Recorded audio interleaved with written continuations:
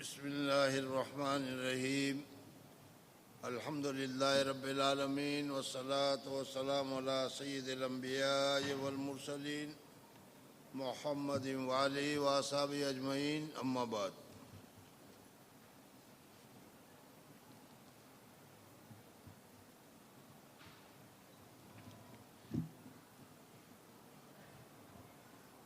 گزشتہ کل بتایا تھا کہ تراویح مردوں کے لیے بھی سنت ہے اور عورتوں کے لیے بھی سنت ہے۔ اس وجہ سے اس سنت کی ادائیگی کے لیے مردوں کو بھی پڑھنا چاہیے اور عورتوں کو بھی پڑھنا چاہیے، اور یہ 20 رکعت ہے، اس وجہ سے 20 رکعت پڑھنی چاہیے۔ مسلمانوں کے جتنے فرقے ہیں، ان فرقوں میں روافض جو ہیں، رافضی ہے، وہ وتر کے اور وہ تراویح کے انکار کرتے ہیں، تراویح کو نہیں مانتے، منکر ہے۔ لیکن ان کے علاوہ دوسرے جتنے بھی فرقے ہیں وہ سارے تراویح کی سنت کے قائل ہیں۔ حضرت مولانا شاہ عبدالحق محدث دہلوی رحمۃ اللہ تعالی علیہ نے ما ثبت بسنہ میں بعض کتب فقہ سے نقل کیا ہے کہ کسی شہر کے لوگ اگر تراویح چھوڑ دیں تو اس کے چھوڑنے پر امام ان سے مقابلہ کرے۔ اس جگہ خصوصیت سے ایک بات کا لحاظ رکھنے کی ضرورت ہے، وہ یہ کہ بہت سے لوگوں کا خیال ہوتا ہے کہ جلدی سے کسی مسجد میں 8 سے 10 دن میں کلام مجید سن لے پھر چھٹی۔ یہ خیال رکھنے کی بات ہے کہ یہ دو سنتیں الگ الگ ہیں۔ حضرت شیخ بتا رہے ہیں کہ ابھی تو آپ کو معلوم ہو گیا کہ تراویح سنت موقدہ ہے، مرد کے لیے بھی ہے اور عورتوں کے لیے بھی ہے، اور تیسری بات یہ ہے کہ اس میں پورا قرآن سننا یہ بھی ہے۔ حضور اقدس صلی اللہ علیہ وسلم کے ساتھ حضرت جبریل علیہ السلام دوڑ کرنے کے لیے تشریف لاتے تھے تو پورا قرآن حضور صلی اللہ علیہ وسلم سے سنتے تھے اور پورا قرآن حضرت جبریل علیہ السلام سناتے تھے۔ اس لیے اب تراویح میں پورا قرآن سننا یہ بھی ایک سنت ہے، اور 20 رکعت ہونا یہ بھی ایک سنت ہے، اور اسی طریقے سے تراویح کے نفل مستقلاً سنت ہے۔ اب بعض مرتبہ آدمی یہ سوچتا ہے کہ کسی جگہ پر بہت جلد سے جلد 6 دن میں، 7 دن میں، 8 دن میں قرآن سن لوں، تراویح پڑھ لوں پھر چھٹی، تو اس کے لیے حضرت فرما رہے ہیں کہ دیکھو، ایک مرتبہ قرآن تم نے سن لیا تو قرآن کے سننے کا حق تو ادا کر لیا، لیکن تراویح جو 20 رکعت باقی ہے وہ ہر روز پڑھنی ہوگی، وہ ایک مرتبہ پڑھنے سے ختم نہیں ہو جاتی۔ اسی طریقے سے اگر کوئی آدمی مشغول ہے، پورا دن نہیں لگا سکتا، پورا مہینہ نہیں لگا سکتا، سفر وغیرہ میں رہنا پڑتا ہے اس کو،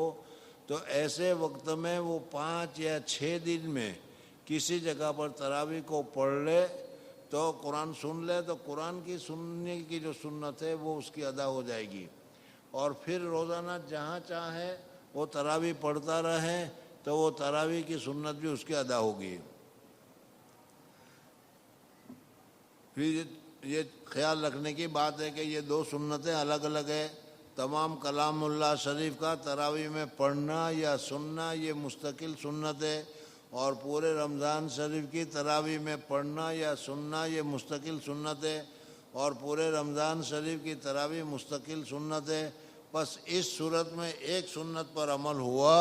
اور دوسری رہ گئی۔ البتہ جن لوگوں کو رمضان المبارک میں سفر وغیرہ یا اور کسی وجہ سے ایک جگہ روزانہ تراویح پڑھنی مشکل ہو، ان کے لیے مناسب ہے کہ اول قرآن شریف چند روز میں سن لے تاکہ قرآن شریف ناقص نہ رہے، پھر جہاں وقت ملا اور موقع ہوا وہاں تراویح پڑھ لی، کہ قرآن شریف بھی اس صورت میں ناقص نہیں ہوگا اور اپنے کام کا بھی حرج نہ ہوگا۔ حضور اقدس صلی اللہ علیہ وسلم نے روزہ اور تراویح کا ذکر فرمانے کے بعد عام فرض اور نفل عبادت کے اہتمام کی طرف متوجہ فرمایا۔ حضور اقدس صلی اللہ علیہ وسلم نے جو حدیث بیان فرمائی اس میں یہ کہا کہ یہ رمضان کے مہینے میں جو فرائض ہے اس فرائض کو ادا کرنے میں سستی نہیں کرنی چاہیے، اور نوافل جو ہے اس نوافل کو بھی ادا کرنے میں سستی نہیں کرنی چاہیے، بلکہ بہت اہتمام کرنا چاہیے، اور بہت اہتمام کے ساتھ سنن کو بھی ادا کرنا چاہیے، نوافل کو بھی ادا کرنا چاہیے، اور فرائض کو بھی ادا کرنا چاہیے، اس وجہ سے کہ اس میں ایک نفل کا ثواب ایک فرض کے برابر ہے، اور ایک فرض کا ثواب 70 فرض کے برابر ہے۔ ابھی ہم نے عصر کی نماز پڑھی، ایک فرض ادا کیا، دوسرے دنوں میں 2 مہینے اور 10 دن یعنی 70 دن تک ہم عصر پڑھتے رہتے، اور جتنا ثواب ملتا اتنا آج رمضان میں ایک نماز پڑھنے سے اللہ تبارک و تعالیٰ نے ہمیں دے دیا۔ تو جب اتنی زیادہ فضیلت اس میں ہے تو سنن اور فرائض کو چھوڑنا نہیں چاہیے، بلکہ اہتمام کے ساتھ ادا کرنا چاہیے۔ نفل نماز پڑھو گے تو اس نفل نماز کے لیے حکم یہ ہے کہ پڑھو تو ثواب ہے، نہ پڑھو تو کوئی حرج کی بات نہیں، لیکن رمضان میں اگر کوئی نفل ہے تو اس نفل کا ثواب بڑھ کر فرض کے برابر ہو جاتا ہے۔ اس وجہ سے ہمیں اس مہینے میں زیادہ سے زیادہ نفل پڑھنی چاہیے، اور فرائض کا بھی زیادہ سے زیادہ اہتمام کرنا چاہیے۔ میں نے گزشتہ کل بتایا تھا کہ رمضان کے علاوہ تو دوسرے مہینوں میں ہم فرض اور سنت موقدہ ان کے اوپر اکتفا کر لیتے ہیں، لیکن رمضان میں اہتمام کے ساتھ فرائض بھی، سنت موقدہ بھی، سنت غیر موقدہ بھی، اور نوافل وغیرہ سب کا اہتمام کرنا چاہیے۔ میں نے بتایا تھا کہ مکتب میں پڑھنے گئے تھے تو بتایا تھا کہ عشاء کی 17 رکعت ہے، وہاں بتایا تھا کہ عصر کی 8 رکعت ہے، 4 رکعت سنت موقدہ اور 4 رکعت فرض۔ لیکن ہم اب جب بڑے ہو گئے، سستی آ گئی، تو ہم نے اس میں کیا ہے کٹوتی کر دی، عصر کی صرف 4 ہی رکعت پڑھتے ہیں، فرض ادا کر لیا۔ لیکن اب رمضان میں چونکہ ثواب زیادہ ملتا ہے، اس وجہ سے میں نے بتایا تھا کہ ہر ایک آدمی رمضان میں اپنے طور پر یہ طے کر لے کہ جتنی نفلیں ہیں، جتنی سننیں ہیں، وہ ساری نفلیں اور ساری سننوں کو مجھے ادا کرنا ہے تاکہ مجھے ثواب زیادہ ملے۔ دوسرے دنوں میں اگر تم نے اشراق نہیں پڑھی، دوسرے دنوں میں اگر چاش نہیں پڑھی، دوسرے دنوں میں اگر اوابین نہیں پڑھی، دوسرے دنوں میں اگر نوافل نہیں پڑھی تو ٹھیک ہے، نفل ہے، پڑھو تو ثواب، نہ پڑھو تو کوئی ثواب نہیں۔ لیکن رمضان میں چونکہ ثواب بڑھ جاتا ہے، اور اللہ تبارک و تعالیٰ بھی چاہتے ہیں کہ زیادہ عبادت کریں، اس وجہ سے ہمیں ان سنن کا بھی رمضان میں اہتمام کرنا چاہیے۔ اس وجہ سے چاش بھی پڑھیں، اشراق بھی پڑھیں، اوابین بھی پڑھیں، اور نفل عبادت کے اہتمام کی طرف متوجہ فرمایا کہ اس میں ایک نفل کا ثواب دوسرے مہینوں کے فرائض کے برابر ہے، اور اس کے ایک فرض کا ثواب دوسرے مہینوں کے 70 فرضوں کے برابر ہے۔ اس جگہ لوگوں کو اپنے عبادت کی طرف بھی ذرا غور کرنے کی ضرورت ہے۔ حضرت شیخ نور اللہ مرکزہ فرماتے ہیں کہ رمضان میں نوافل کا بھی ثواب بڑھ جاتا ہے اور فرائض کا بھی ثواب بڑھ جاتا ہے۔ اس لیے بتایا کہ جو بھی نفل ہے، جو بھی سنن ہے، سنت موقدہ ہو یا غیر موقدہ ہو، اس کو چھوڑنا نہیں چاہیے، پڑھنا چاہیے۔ یہ تو ابھی بتا دیا۔ اب حضرت شیخ نور اللہ مرکزہ ایک دوسری چیز کی طرف متوجہ کرتے ہیں کہ ہمیں معلوم تو ہو گیا کہ سنن کا ثواب زیادہ ہے، نوافل کا ثواب زیادہ ہے۔ اب ہم ہر ایک آدمی اپنے طور پر ہم غور کریں کہ رمضان کی وجہ سے میں نے سنن کو، نوافل کو بڑھایا ہے یا اور دنوں میں جیسا کہ چھوڑ رکھا تھا، آج بھی اسے ہی چھوڑ رکھا ہے۔ اپنی عبادت کی طرف بھی ذرا غور کرنے کی ضرورت ہے کہ اس مبارک مہینے میں فرائض کا ہم سے کس قدر اہتمام ہوتا ہے اور نوافل میں کتنا اضافہ ہوتا ہے۔ فرائض میں تو ہمارا اہتمام کی حالت یہ ہے کہ سحری کھانے کے بعد جو سوتے ہیں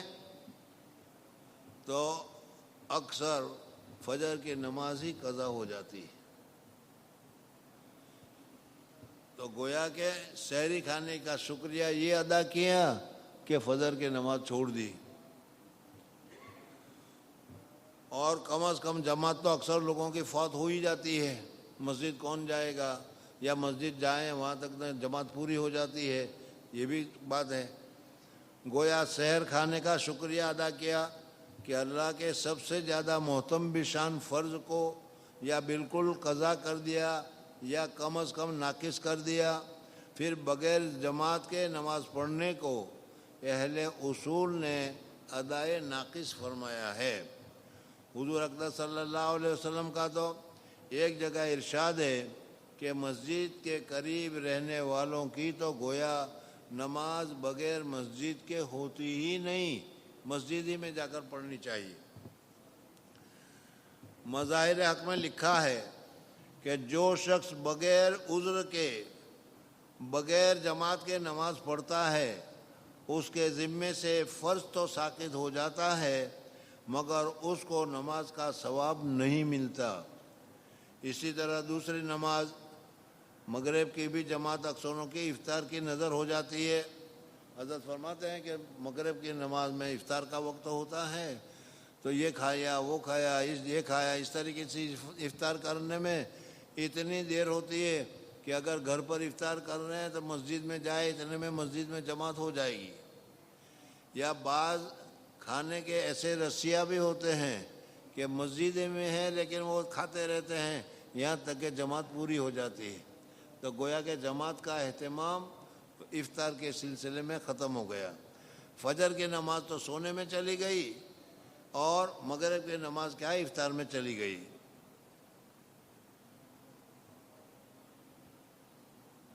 اور اکثر لوگوں کی تو جماعت افطار کی نظر ہو جاتی ہے اور رکعت اولیٰ یا تکبیر اولیٰ کا تو ذکر ہی کیا۔ اگر کوئی آدمی چاروں رکعتوں کو یا تینوں رکعتوں کو جو جماعت کے ساتھ ہم پڑھتے ہیں پوری طریقے سے ادا کرے تو اس کا بہت زیادہ ثواب ہے۔ اور امام جس وقت اللہ اکبر کہہ کر نماز شروع کرتا ہے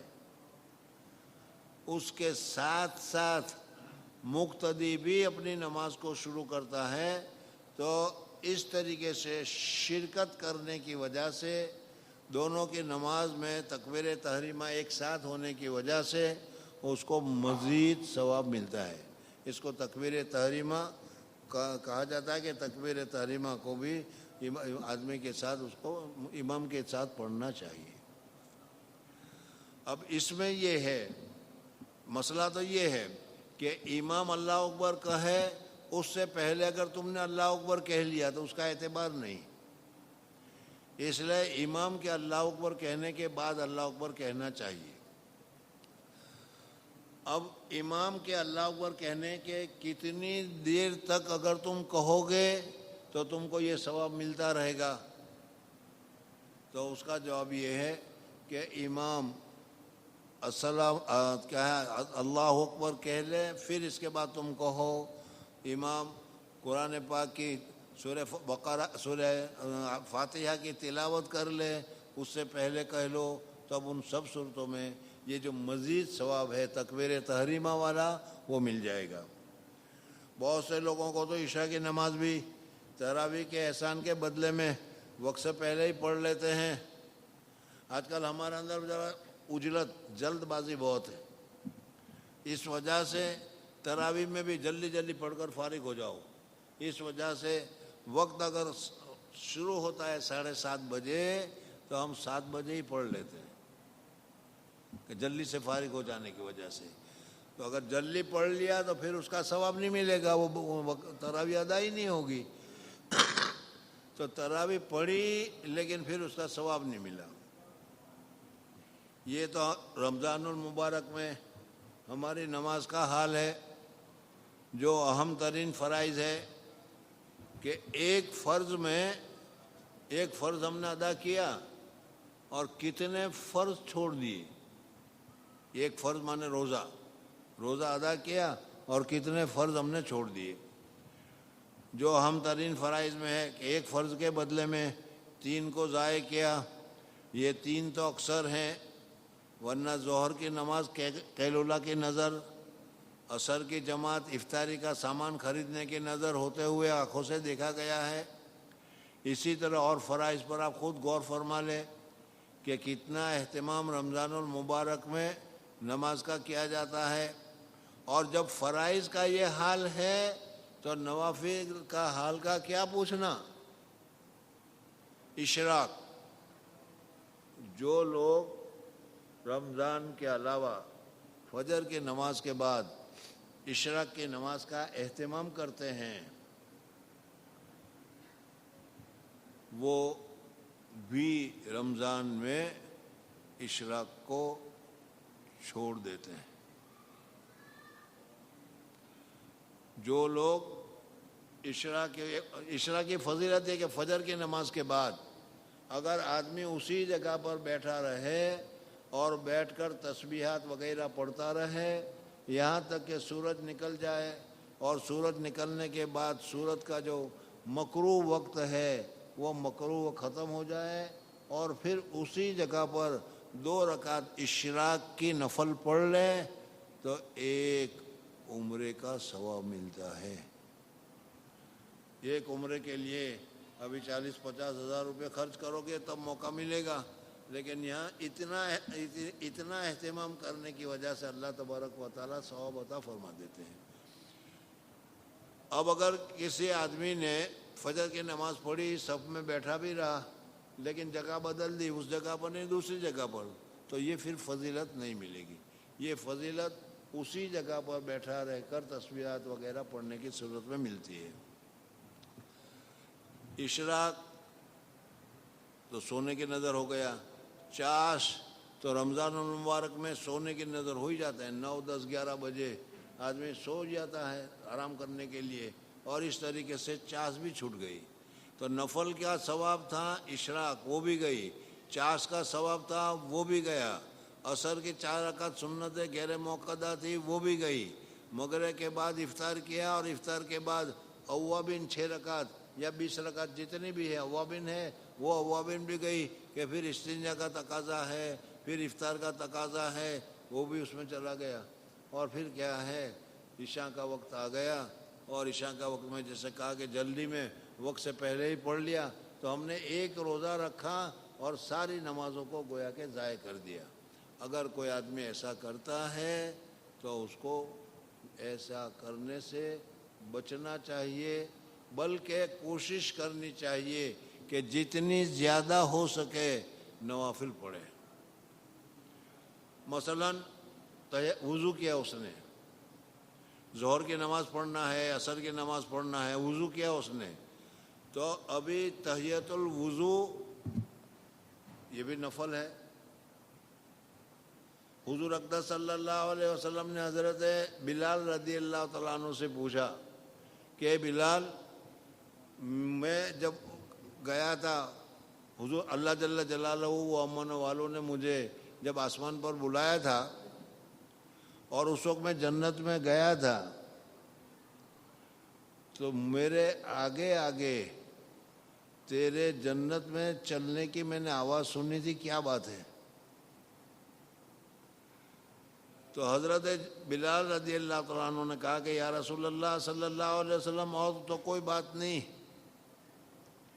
لیکن جب بھی میں استنجا کرتا ہوں تو استنجا کرنے کے بعد وضو کرتا ہوں، اور اس وضو کے بعد 2 رکعت نفل پڑھتا ہوں۔ اس وضو اور نفل کا ثواب اللہ تبارک و تعالیٰ نے کتنا دیا ہے یہ دیکھ لو۔ تو ہم جب وضو کرتے ہیں تو 2 رکعت نفل پڑھ لیں تحیۃ الوضو کے ساتھ، مسجد میں آئے ہیں تو مسجد میں آ کر مسجد کی 2 رکعت نفل پڑھ رہے ہیں تحیۃ المسجد کے نام سے، تو اس طریقے سے ثواب بھی مل جائے گا اور نوافل بھی ہو جائے گی۔ اور اوابین کا کیسے اہتمام ہو سکتا ہے جبکہ ابھی روزہ کھولا ہے اور آئندہ تراویح کا سہم ہے اور تہجد کا وقت تو ہے ہی، عین سحر کھانے کا وقت، پھر نوافل کی گنجائش کہاں؟ لیکن یہ سب باتیں تو بے توجہی اور نہ کرنے کی ہے۔ اگر تم ہی نہ کرنا چاہو تو کوئی نہیں کر سکتا، لیکن اگر تم ہی چاہتے ہو تو پھر یہ ساری چیزیں نوافلیں ہم سے ادا ہو سکتی ہیں، اور الحمدللہ ہم ادا کرنے کی کوشش کرتے ہیں۔ اللہ تبارک و تعالی ہماری یہ نوافل کو قبول فرمائے۔ کتنے اللہ کے بندے ہیں جن کے لیے انہی اوقات میں سب چیزوں کی گنجائش نکل آتی ہے۔ 24 گھنٹہ ہمارے پاس بھی ہے، 24 گھنٹہ ان کے پاس بھی ہے، لیکن جو اللہ تبارک و تعالیٰ کے نیک بندے ہیں، عبادت کرنے والے ہیں، وہ روزہ رکھنے کے ساتھ آرام بھی کرتے ہیں، کام بھی کرتے ہیں، نوافل بھی پڑھتے ہیں، سب کی گنجائش اس کے پاس نکل آتی، اور ہمارے پاس ہم سے نہیں نکلتی۔ کیوں؟ اس لیے کہ ہمارا دل میں چور ہے، ہمارا ہمیں پڑھنے کا ارادہ ہی نہیں ہے، اس وجہ سے یہ نہیں ہوتا۔ کتنے اللہ کے بندے ہیں جن کے لیے انہی اوقات میں سب چیزوں کی گنجائش نکل آتی ہے۔ میں نے اپنے آقا حضرت شیخ فرماتے ہیں کہ حضرت مولانا شیخ خلیل احمد صاحب سہانپوری رحمۃ اللہ تعالیٰ علیہ، میں نے اپنے آقا حضرت مولانا خلیل احمد صاحب نور اللہ مرکزہ کو متعدد رمضان میں دیکھا کہ باوجود ضعیف اور پیرانہ سالی کے مغرب کے بعد نوافل میں 1.25 پارہ پڑھنا یا سنانا۔ حضرت فرماتے ہیں کہ حضرت مولانا خلیل احمد صاحب سہانپوری رحمۃ اللہ علیہ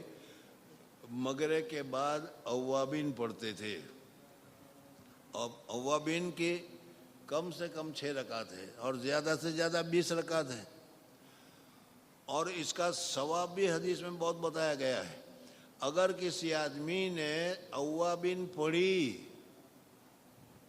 تو ایک اوابین پڑھنے کی وجہ سے اللہ جل جلالہ و من والہ اس کے لیے جنت میں ایک محل تیار کرتے ہیں۔ بزرگوں اور دوستو، دنیا میں ایک محل کو تیار کرنے میں کتنے پیسے خرچ ہوتے ہیں، کتنی محنت لگتی ہے، کب جا کر بنتا ہے، اور وہ بھی دنیا کا سیمنٹ کا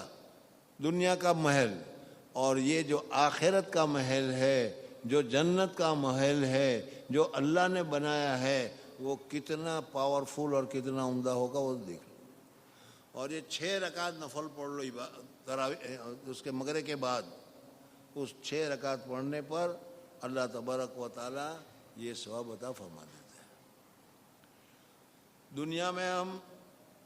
بڑے آدمی ہوتے ہیں، مالدار ہوتے ہیں، کبھی اس گھر میں، کبھی اس گھر میں، کبھی اس گھر میں، کبھی اس گھر میں رہنے کو بہت ہی خوشی اور افضل اور بہتر سمجھتا ہے۔ تو جنت میں جب تم جاؤ گے، اور جنت میں جب تمہارے بہت سارے محل ہوں گے، بہت سارے مکانات ہوں گے، کسی میں اس میں رہے، کسی وقت اسی میں رہے، کسی وقت اس میں رہے، تو وہ کتنی مسرت کی بات ہوگی۔ تو حضرت مولانا خلیل احمد صاحب سہانپوری رحمۃ اللہ تعالیٰ علیہ بوڑھے بھی ہو گئے تھے، کمزور بھی ہو گئے تھے، لیکن اس کے باوجود اوابین کا بہت اہتمام کرتے تھے۔ تراویح میں جو 1.25 پارہ پڑھا جاتا ہے، وہ 1.25 پارہ مغرب کی نوافل میں پڑھتے تھے۔ یہ تو ہم نے اپنے شیخ حضرت شیخ نور اللہ مرکزہ وغیرہ کے یہاں پر بھی دیکھا کہ ہم لوگ جس طریقے سے سنت میں قل اعوذ برب الفلق، قل اعوذ برب الناس، اور اسی طریقے سے ہم چھوٹی چھوٹی صورتوں سے نماز پڑھتے ہیں، یہ حضرات اس طریقے سے نہیں پڑھتے۔ اللہ تبارک و تعالیٰ نے ان کو جید حافظ بنایا ہوتا ہے، حافظ ہے وہ۔ حضرت کو رمضان میں نہیں، رمضان کے علاوہ اور دنوں میں نماز کے لیے ہم لے گئے مسجد میں، پہلے صف میں کونے پر کھڑا کر دیا، اور اس وقت حضرت پوچھتے تھے کہ جماعت میں کتنی دیر ہے؟ ہم بتاتے تھے کہ 15 منٹ ہے، 17 منٹ ہے، 20 منٹ ہے، جو بھی وقت ہوتا تھا، بس صرف اتنا بتا دینا تھا، اور بتا دینے کے بعد حضرت اللہ اکبر کر کے تکبیر تحریمہ باندھ لیتے تھے۔ وہ تکبیر تحریمہ 15 منٹ بتایا تو 15 منٹ، 17 منٹ بتایا تو 17 منٹ، 20 منٹ بتایا تو 20 منٹ تک وہ چلتا تھا، اور 20 منٹ کے بعد حضرت سلام پھیرتے تھے، اور ادھر سلام پھیرا اور ادھر اللہ تکبیر شروع ہو جاتی تھی، یعنی 15-20 منٹ میں نماز میں آدھا پارا، پون پارا جتنا ہوتا تھا حضرت پڑھا کرتے تھے۔ اور یہ تو عام دنوں کی بات ہے، اور رمضان تو عبادت ہی کا مہینہ ہے، اس وجہ سے رمضان میں تو گھنٹہ پہلے، پون گھنٹہ پہلے، آدھا گھنٹہ پہلے مسجد میں گئے اور جا کر اللہ اکبر کر کے کور باندھ دیا اور قرآن کی تلاوت شروع کر دی۔ حضرت شیخ کا معمول جو تھا وہ ہم نے بھی دیکھا اور مشہور بھی تھا کہ حضرت شیخ رمضان میں پورا قرآن پاک، روزانہ پورا قرآن پاک ختم کرتے تھے، روزانہ۔ اور جب اخیر میں ڈاکٹر نے رات بھر بیدار رہنے سے منع کیا تو پھر حضرت نے ثواب حاصل کرنے کا ریت یہ نکالی کہ اعتکاف کر لیا، اس لیے کہ اعتکاف میں آدمی سوتا بھی ہے تو بھی ثواب ملتا رہتا۔ یہ ہمارا کابرین اور بزرگوں کو ثواب حاصل کرنے کا کتنا جذبہ تھا، کتنی ان کو طلب تھی، وہ آپ حضرات کے سامنے ذکر کی گئی۔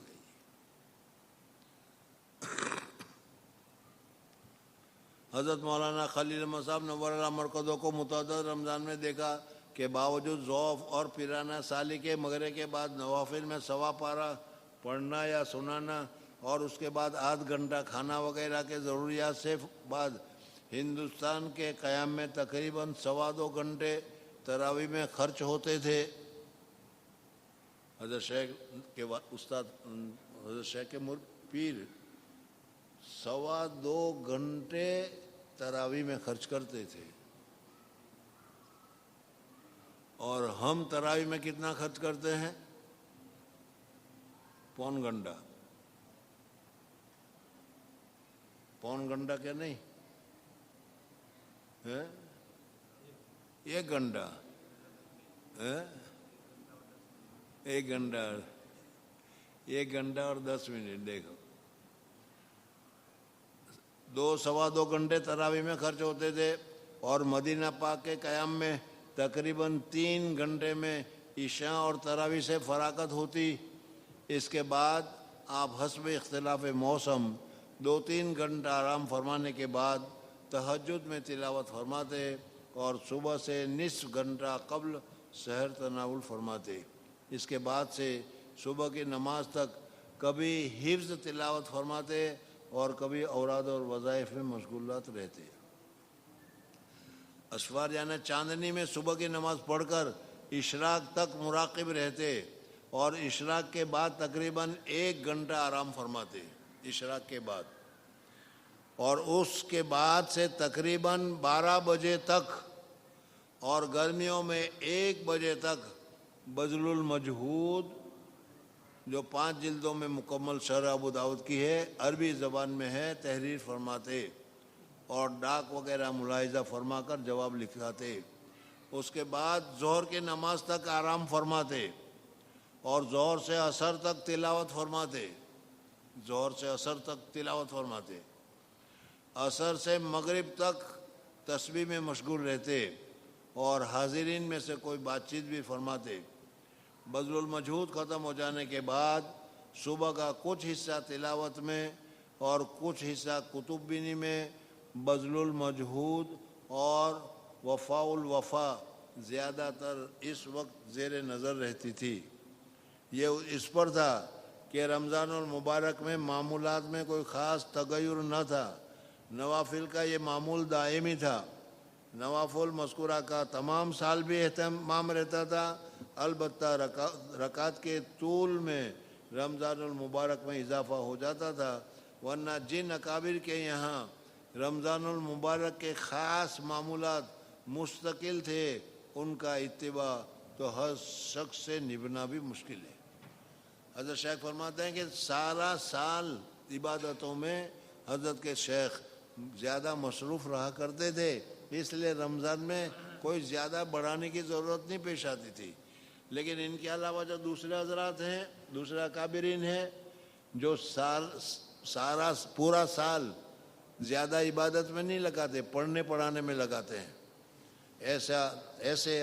اکابر اور ایسے لوگ رمضان میں ایسے معمولات ادا کرتے ہیں کہ ان کی معمولات کی تو ہم سے ادائیگی بھی نہیں ہوتی۔ مثلا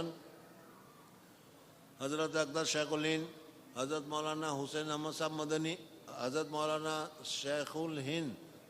محمود الحسن صاحب، شیخ الہند کے نام سے مشہور ہیں شیخ محمود الحسن صاحب، قرآن پاک کے حافظ نہیں تھے۔ اللہ تبارک و تعالیٰ نے بہت ہی زیادہ حضرت کو نوازا تھا، بہت ہی عجیب ان کے کیا واقعات ہیں۔ بہرحال واقعہ بیان کرنے جاؤں گا پھر بات رہ جائے گی، واقعات پھر کبھی۔ حضرت مولانا شیخ الہند رحمۃ اللہ تعالیٰ علیہ عشاء میں تراویح پڑھی، تراویح پڑھنے کے بعد خود تو حافظ نہیں تھے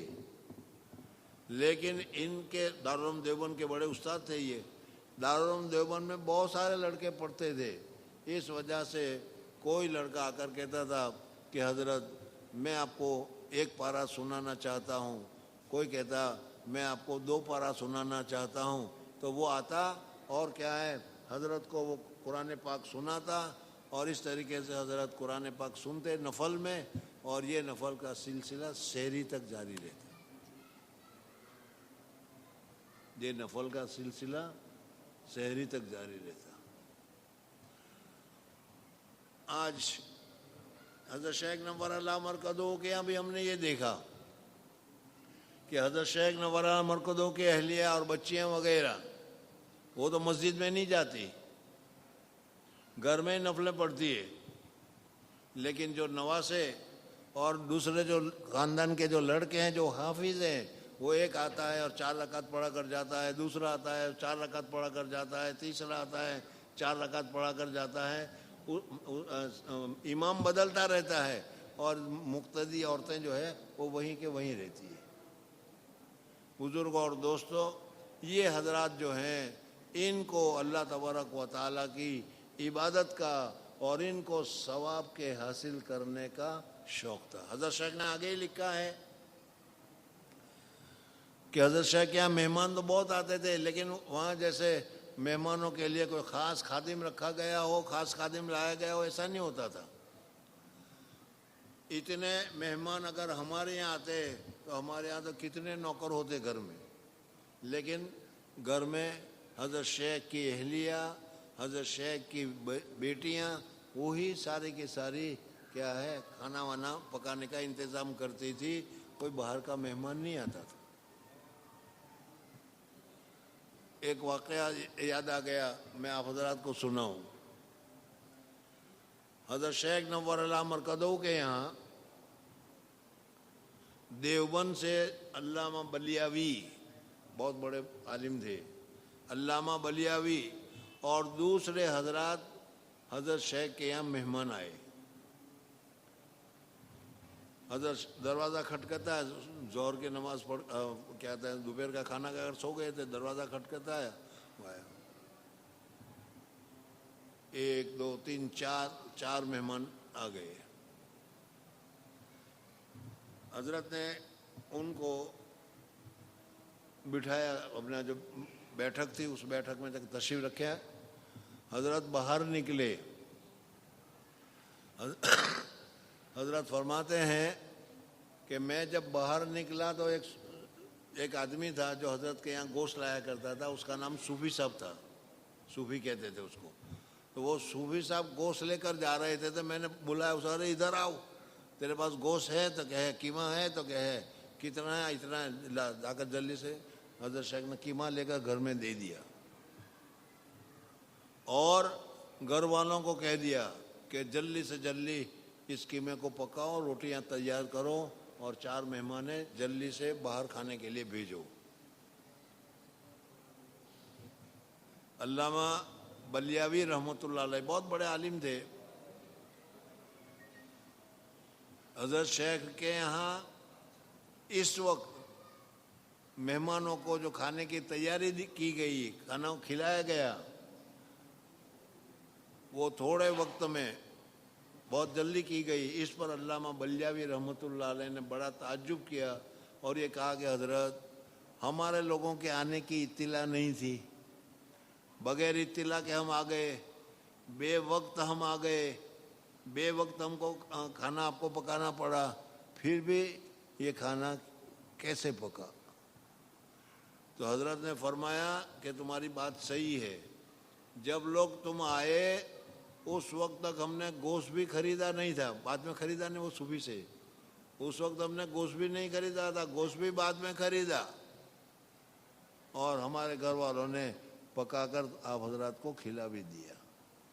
تو حضرت شیخ کے یہاں حضرت کی بیٹیاں اس طریقے سے مہمانوں کی مہمان نوازی کرتی تھی. آج ہمارے یہاں اگر ایسا ہو جائے تو اولاً تو ہماری بیوی ناراض ہو جائے گی کہ ہر وقت پکاتی رہوں گی میں, یا کہتے ہیں کہ میں نہیں پکاتی, بازار سے منگوا لو. لیکن یہاں حضرت شیخ کے یہاں یہ حالت تھا. اور حضرت نے لکھا ہے کہ آگے لکھا ہے فضائل رمضان میں کہ میں کچھ زیادہ اہمیت اور زیادہ بات تو نہیں کرتا, لیکن میں نے اپنے گھر والوں کو دیکھا ہے کہ میری بیٹیاں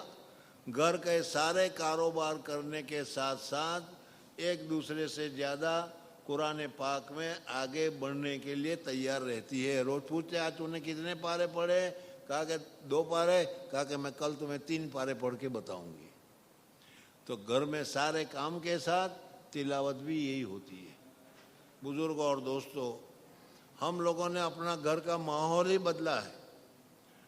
بس عیش آرام یہ ہمارے گھروں میں ہے, جد و جہد محنت وغیرہ ہم نے چھوڑ دیا ہے. اسی وجہ سے آج ہمارے ہاں یہ حالت ہو گئی ہے. تراوی میں مدینہ پاک کے قیام میں اور وظائف میں اسفار میں چاندنی میں صبح سے نماز کرتے. اچھا, بذل موجود 5 جلدوں میں یہ تو سارا بتا دیا تھا. حضرت شیخ الہند نور اللہ مرغو تراوی کے بعد سے صبح کی نماز تک نوافل میں مشغول رہتے تھے اور یکے بعد دیگرے متفرق حفاظ سے کلام مجید سنتے رہتے تھے. یہ ایک تو حضرت مولانا شیخ الہند حضرت گنگوئی رحمۃ اللہ علیہ کے خلیفہ, دوسرے حضرت مولانا عبد الرحیم رائے پوری رحمۃ اللہ تعالی علیہ, یہ بھی حضرت گنگوئی رحمۃ اللہ علیہ کے خلیفہ. ان کے یہاں کتنا اہتمام تھا, خانقاہ چلتی تھی, کہا کہ سال بھر خانقاہ چلے گی, رمضان میں بھی چلے گی, لیکن رمضان میں ایک ہی کام, ایک دوسرے سے کوئی بات نہ کرے, بات چیت بند, بات چیت بند. ہم لوگ حضرت شیخ کے یہاں جب ہم لوگ رمضان میں خانقاہ گزارنے کے لیے جاتے تھے تو حضرت فرماتے تھے کہ دیکھو میرے پیارو, کھانے کی کوئی پابندی نہیں, خوب اللہ نے دے رکھا ہے, خوب کھاؤ خوب پیو. سونے کی کوئی پابندی نہیں, خوب نیند آ جائے فوراً پڑھنا چھوڑو اور سو جاؤ. لیکن ایک ہی چیز کی پابندی ہے کہ بات نہ کریو, کسی کے ساتھ بات کرنے کی اجازت نہیں. اور ہم لوگ بات کرنے میں ہی مصروف رہ جاتے تھے. فرماتے تھے کہ ساری عبادت کر کے ہم نے نورانیت حاصل کی, لیکن ذرا سا تبصرہ کر کے ذرا سی بات کر کے، ذرا سی غیبت کر کے، ذرا سی مذاق کر کے، ذرا سی بے عزتی کر کے وہ سارا دن بھر کا جتنا کمایا تھا وہ سارا کا سارا ہم نے ختم کر دیا۔ بزرگوں اور دوستوں، میں بھی آپ حضرات کو یہی کہتا ہوں، بات جب تک ہو سکے ضرورت نہ ہو بات ہی مت کرو۔ بات کرنے کے لیے بہت سارا دوسرا وقت ہے۔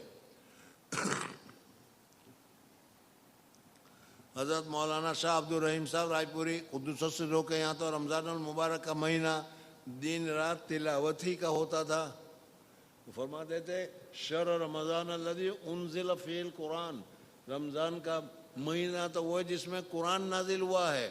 اس وجہ سے رمضان کا پورا مہینہ صرف تلاوت ہی تلاوت کا ہے، اس وجہ سے بس تلاوت کرو، تلاوت کے علاوہ کچھ نہیں، اور اس تلاوت کی وجہ سے بات چیت بھی نہیں۔ بزرگوں اور دوستوں، آج ہم ایک پارہ قرآن پاک کی تلاوت کر لیتے ہیں تو ہمیں یہ احساس ہوتا ہے کہ بہت پڑھ لیا ہم نے، اور یہ حضرات پورا قرآن ختم کر دیتے تھے تو بھی ان کو احساس نہیں ہوتا تھا کہ ہم نے قرآن ختم کیا۔ قرآن کی محبت اور قرآن پڑھنے کا اتنا زیادہ جذبہ ان کو ہوتا تھا۔ اللہ جل جلالہ و امن والوں نے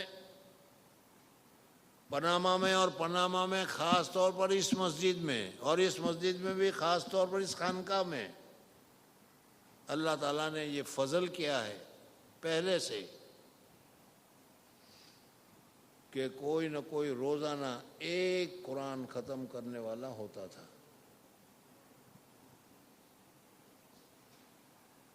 اس سال بھی ہوگا۔ بزرگوں اور دوستوں، یہ کیوں نہیں ہو سکتا کہ وہ اس سال قرآن ختم کرنے والا میں بنوں؟ میں مولانا صاحبان کو، حافظ صاحبان کو کہا کرتا ہوں جو میرے پاس آتے ہیں کہ تم تو حافظ ہو، تم تو جانتے ہو، تم کتنے پارے، کوئی بتاتا ہے 4 پارے پڑھے، 5 پارے پڑھے ہو، سمجھ میں آئے نا حافظ صاحبان؟ اور یہ جو دوسرے حضرات ہیں جو نہ حافظ ہے، نہ مولوی ہے، نہ کچھ ہے، لیکن اللہ تبارک و تعالیٰ نے اتنی ان کو توفیق دے رکھی ہے کہ ہر وقت وہ قرآن پڑھنے میں لگے رہتے ہیں۔ کم سے کم ایک قرآن یا ایک قرآن سے بھی زیادہ 35 پارے یا اسی کے آس پاس قرآن پاک پڑھتے رہتے ہیں۔ آپ کے یہاں خانقاہ میں جو امتیاز، جو تفوق ہے وہ قرآن پاک کی تلاوت ہے۔ اس وجہ سے زیادہ قرآن پاک کی تلاوت کرنے کا اہتمام کرو، زیادہ سے زیادہ۔ حضرت مولانا عبد القادر رائے پور، حضرت